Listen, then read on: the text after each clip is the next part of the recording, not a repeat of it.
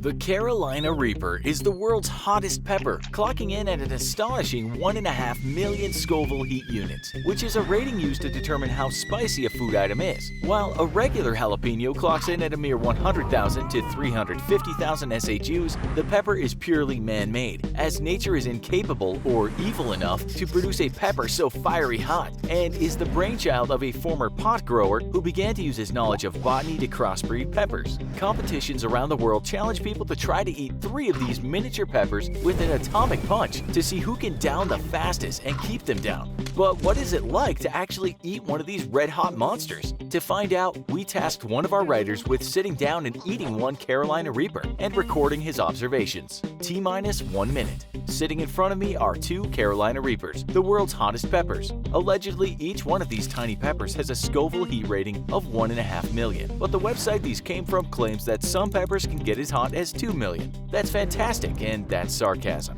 I don't even like spicy food, and I'm not gonna lie, I'm seriously rethinking my current employment status. These peppers actually smell kind of pleasant, almost fruity. From what I've read online, and I've done a lot of research, they have a slightly fruity taste as well. I guess that's right before the lava kicks off. The plan is simple. I eat the first pepper and write down what it feels like, tastes like, etc. I've done a lot of research on how peppers affect the body, so after my initial observations, I'll come back and add what was biologically happening to me. If anything goes wrong or I feel I didn't get enough from the first pepper, I'll try the second one. Here it goes. T-minus 0 seconds. They're right about the slightly fruity taste. I don't know if chewing fast or slow is best. To be fair to the experience, I'm trying to chew the pepper thoroughly. Definitely starting to burn though. Post commentary. Chilies and peppers evolved capsaicin as a defense against unwanted foraging by animals, such as mice and insects, which would destroy the plant's seeds. The capsaicin is thus released mostly from the membrane of the fruit as an animal's teeth tear it to pieces. T plus 10 seconds.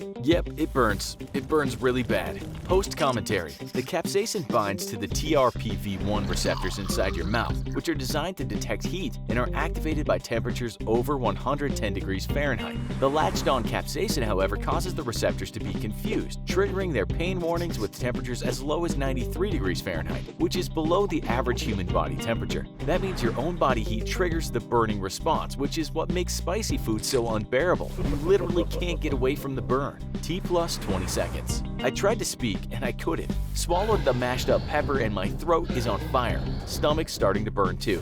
Post commentary. When you swallow a mashed up pepper, the capsaicin triggers TRPV1 pain receptors along the esophagus and the stomach. This might seem an odd place for these pain receptors, but it makes perfect sense if you've ever hastily swallowed something far too hot for your own good. The pain response is meant to protect you and teach you to be patient and wait for your hot cocoa to cool down, or to not eat the world's hottest pepper ever again. T plus 30 seconds. Sweating profusely. Girlfriend looking at me weird. My armpits are soaked and face and neck sweaty. Post commentary. The human body sweats to help it radiate excess heat. It's an evolutionary adaptation that makes us the top predator in the savannas of our ancient past. This type of sweating, however, is known as gustatory sweating and is triggered by a perceived increase in the warmth brought on by the capsaicin binding to your TRPV1 pain receptors. Peppers also have the ability to jumpstart your metabolism, and eating really spicy food can actually help you burn a few calories. The increased metabolism also drives further sweating. T plus 45 seconds. I'm not sure if I'm sweating or crying, maybe both.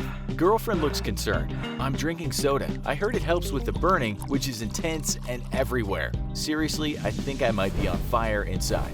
Post commentary. Capsaicin isn't easily neutralized by stomach acid, meaning it can continue burning for a long time before fading away naturally. This can make the sufferer feel as if a fire was burning inside them, and the malfunctioning TRPV1 receptors can actually start to convince the brain the body is actually suffering from dramatic overheating. Even though body temperature hasn't much changed, this prompts much more sweating to help regulate body temperature. T plus 1 minute 30 seconds. I finally remembered you're supposed to drink milk, so I scared the girlfriend by suddenly rushing to the fridge and gulping down enough milk to refill a cow. I don't think it's helping. I burped, and I swear it felt like fire. I might be turning into an actual dragon. Post commentary. Typically, milk, yogurt, or other dairy products is the preferred pain-relieving drink of choice. That's because milk contains a protein called casein, which actually knocks the capsaicinoid off the hijacked pain receptor, helping ease the symptoms. Non-fat milk is recommended because of its higher protein-to-fat percentage. Water is always a terrible choice, as is soda, as all that does is further spread capsaicin around the affected areas. T plus 3 minutes. My nose has been running non-stop, but I think I've stopped crying. Hard to tell through all the sweating.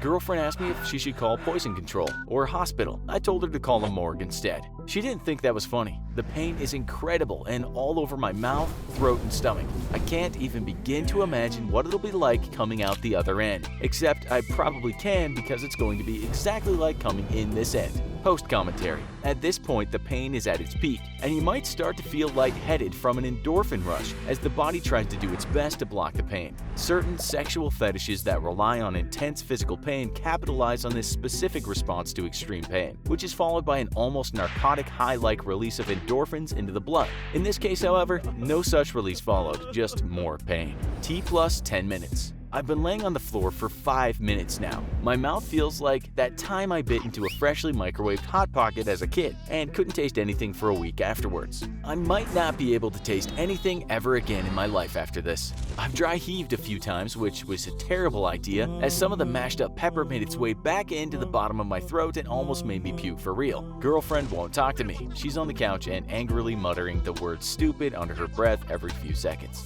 Nose has stopped running, but head feels like it might cook my own brain. At this point, I welcome that and the sweet release of death. T plus 30 minutes. The worst of the burning is over, but my stomach is starting to cramp pretty badly. I hardly ever eat spicy foods and I'm not fond of them at all. I think the cramping is my stomach trying to tear itself free of my esophagus and rip out of my body in a desperate attempt to escape the hell I just fed it. I don't blame you, stomach, even if it does feel like you're carving me up with a steak knife inside. T plus 1 hour 30 minutes. I left the floor about 45 minutes ago and laid down on the bed. Girlfriend came in and offered me milk and angrily told me that if I got the bed all sweaty, I'd have to do laundry. I'd like to stick my stomach in the washer right now and clean out all the bits and pieces of pepper left inside. Still seriously cramping and still definitely not looking forward to what happens on the way out. T plus 18 hours 30 minutes. I was right to be afraid of what would happen on the way out.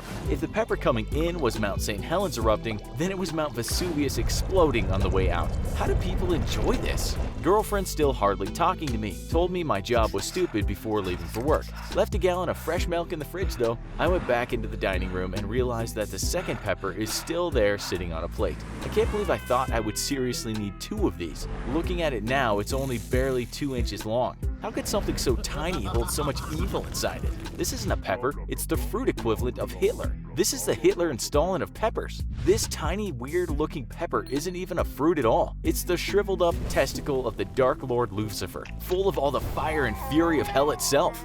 We here at the Infographics Show go to great lengths to answer some of your most burning questions, pardon the pun. And today we're happy to put one of our writers through eating the world's hottest pepper for your sake. After this though, do you think you'd be up for eating a Carolina Reaper? If you thought this challenge was interesting, check out our other video, Spend $1 billion in 24 hours or lose it all. And while you're at it, subscribe to our channel.